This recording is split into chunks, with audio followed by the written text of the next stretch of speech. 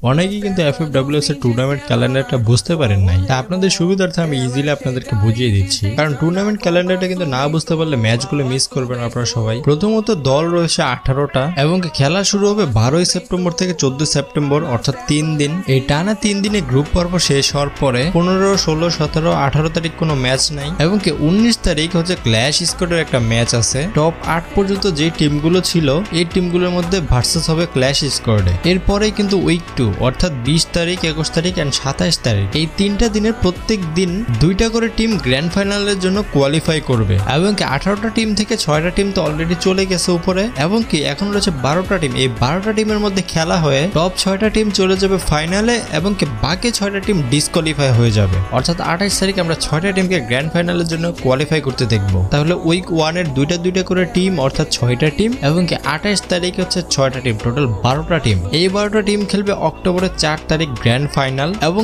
এই 12টা টিম থেকে টপ 2টা টিম যাবে ইন্দোনেশিয়াতে এফএফডব্লিউএস খেলতে। So best of luck. I think calendar